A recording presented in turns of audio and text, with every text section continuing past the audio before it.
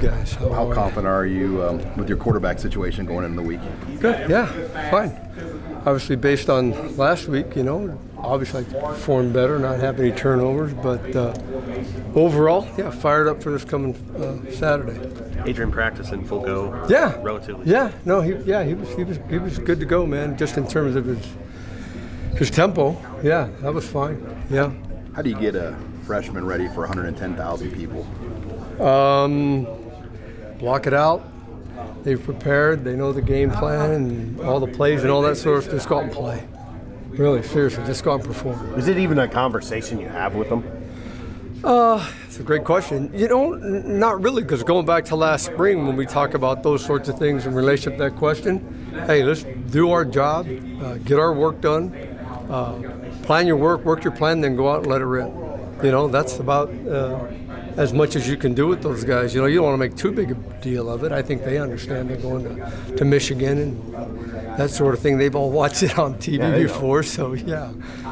How'd you feel like Bunch played after? Well, how'd you feel like he played in the first quarter of the game against Troy, and then after that? It's the most interesting thing because even from the first play, that play was supposed to be on the left hash, so Frosty asked for it on the left hash, and they put it on the right hash, and then they moved back to the left hash, and they moved back to the right hash. Yeah.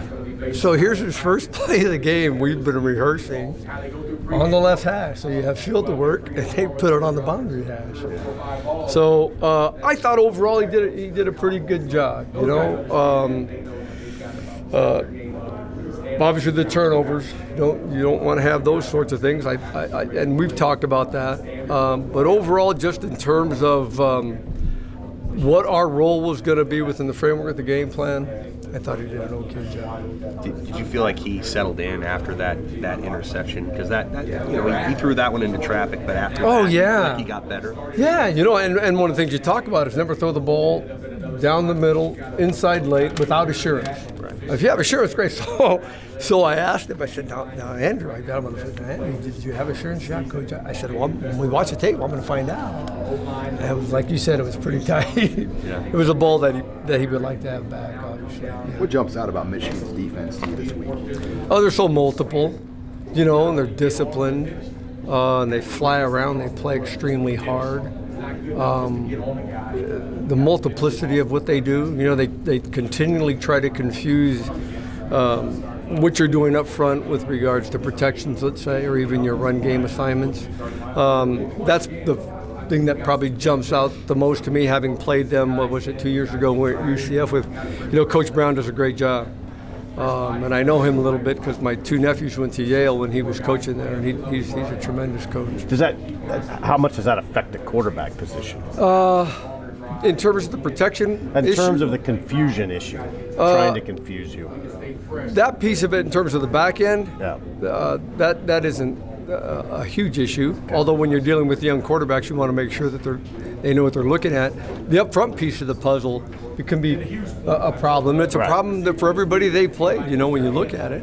The amount of people they put up in the line of scrimmage and who's who and what's what and all that sort of stuff, that becomes a bit of an issue. Some quarterbacks read better than others, especially young quarterbacks. Some young quarterbacks read better than others. Yes. How is Adrian in that regard?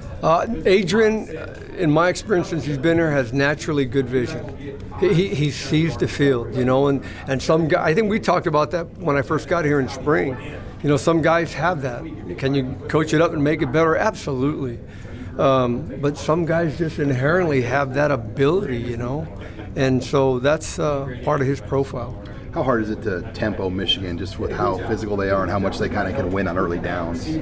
Yeah, you have to be careful with that. It's a great point and a great question. So, as you guys know, you'd like to have some success on that initial play before you start going tempo, and they're stout. They do a nice job.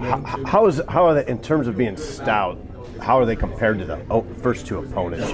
Oh, they're a better team. I think Coach Frost mentioned that the other day. They're a better opponent than either Troy or Colorado State. Absolutely. Their defense reminds you of Auburn at all? When you win the bowl game, a lot of people said that you guys are going to have a hard time moving in on those Auburn's defense. Well, yeah, just in terms of their personnel, but with regards to the stability of the front, they're different than Auburn. Auburn's a little more stable, right?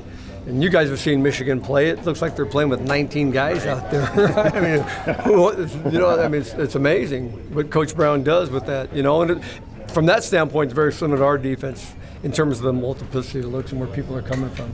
With your love of quarterbacks, have you ever been in the same, circle as Harbaugh over the years? Because I know he's pretty passionate about that too. What's the question again, Jim? I'm sorry. Have you ever been in the same, clinic circles as Harbaugh? Oh, no. I think I met John and his brother when they were coaching at Western Kentucky. That was the first year we played them in 2001 for the conference title, and we're fortunate enough to win. But that I think I've met him once. I wouldn't say that I know Coach Harbaugh very well. How's this month kind of been the last, 3 weeks for you? For me? Yeah. How would you characterize it? Typical. Typical. Well, you don't want to get caught up in the emotion of anything, whether too high or too low. And so you come to work and you prepare and you get your guys ready to go for the opponent at hand, and you try to shut everything out, and as I said earlier, you plan your work your plan. Mm-hmm. So from that standpoint, it's been fairly typical for me, without getting wrapped up in the outside distractions and all of those sorts of things. So, and our guys need to have that sort of stability emotionally from me. Hey, I'm an emotional guy. But I certainly can't demonstrate that either during the course of the game or in our meetings or in practice or whatever. You just peel that back? Absolutely, have to. As Coach Wall said, it has to be more like a clinical environment, very placid. They're emotional enough, and things are going on. They don't certainly need me to exacerbate that in any way, shape, or form.